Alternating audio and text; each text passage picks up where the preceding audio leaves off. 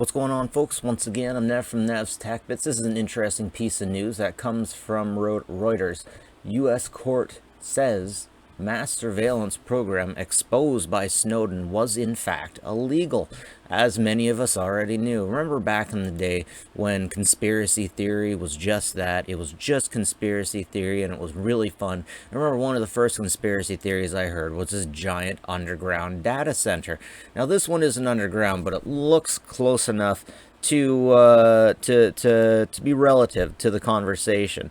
Now, I remember being told about these giant underground data centers, and we were all like, ha ha ha, that would never happen.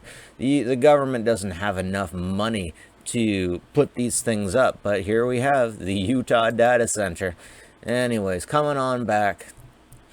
The Reuters say 7 years after the formal National Security Agency contractor, the Americans aren't even looking at themselves. They're getting contractors to watch them. Edward Snowden blew the whistle on the mass surveillance of America's telephone records. An appeals court has found the program was unlawful, and that the U.S. intelligence leader who publicly defended it were not telling the truth. That really gets me. When people in high positions just lie. We have these leaders in high positions that are paid unbelievable amounts of money, and they don't even have to be truthful. And if you're not truthful, that throws everything and everyone involved into chaos. And now we have situations where people can't trust the government. But then again, that's been going back since what, the 70s?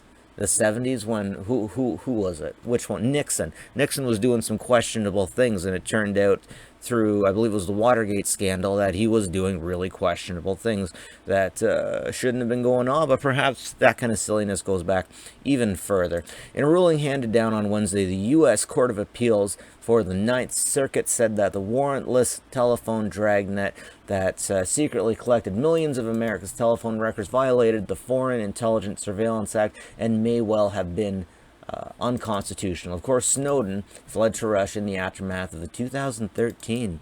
Wow, it seems so long ago. It seems like it was 2003. COVID time, am I right? The NSA phone spying program exposed by Edward Snowden didn't stop a single terrorist attack. A federal judge finds. So, a federal appeals court ruled Wednesday, yeah, we know about that, after NSA's phone records collection program was first exposed by, the NSA's sweeping programs to snoop on Americans' phone records was illegal and possibly unconstitutional, and there's no evidence that it led to the arrest of any terrorism suspects. You know, when you're doing some unconstitutional things. I mean, we got a lot of riots and protests going on because a few cops are bastards. And we have this kind of stuff going on. So if you don't want riots, government, don't be doing unconscionable, unconstitutional things to your public. But you gotta admit, at the end of the day, the USA is still one of the best damn countries in the world. The NSA's program to collect phone records was first brought to light by the former NSA contractor, Edward Snowden. One thing I always wondered is, did they ever find out how far back this goes, when it started? I mean, the original, I think it was the FBI or the NSA, the original head of one of those organizations said, we do not read people's mail. We're above that kind of thing, basically. And I wonder how long it came till they decided that they weren't above reading people's email or surveilling on them.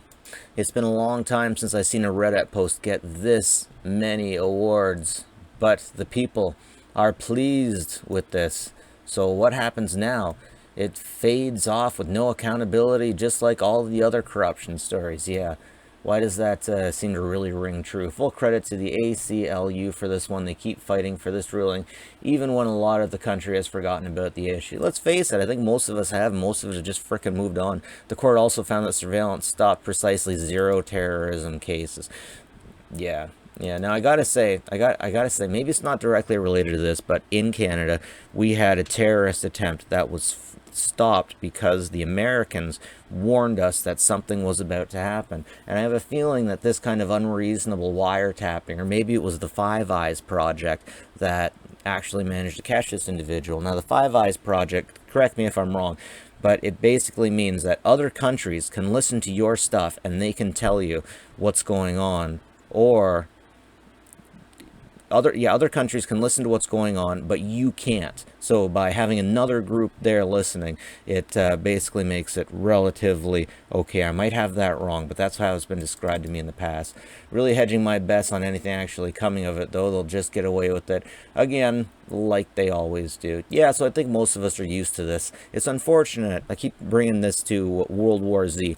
Now, World War Z, the world's completely taken over by zombies, and the world had to completely come together in order to stop the sweep. Now, at the end of this, the next generation moving on was okay with zombies. Like us, if zombies broke out, we'd be like, it's the end of times. But life continues. Life always just continues, as unbeautiful and horrible as it may be sometimes. And in World War Z, after a certain point, the new kids came to just have this knowledge that if you see a giant puddle, that there's probably going to be a zombie in it. Just like people in Florida can say, if you see a puddle about the size of a bathtub, there's probably an alligator in there. And you learn not to fear it. You just get used to it. And these days, we make fun of the NSA or the FBI watching us at any given time. We just know that it's happening. We accept that it's happening, and that's kind of sad, and it's kind of unfortunate. But maybe it's always been going on. Maybe these are just a sign of our times, that we're waking up and learning what's going on. But with all these backdoor things happening,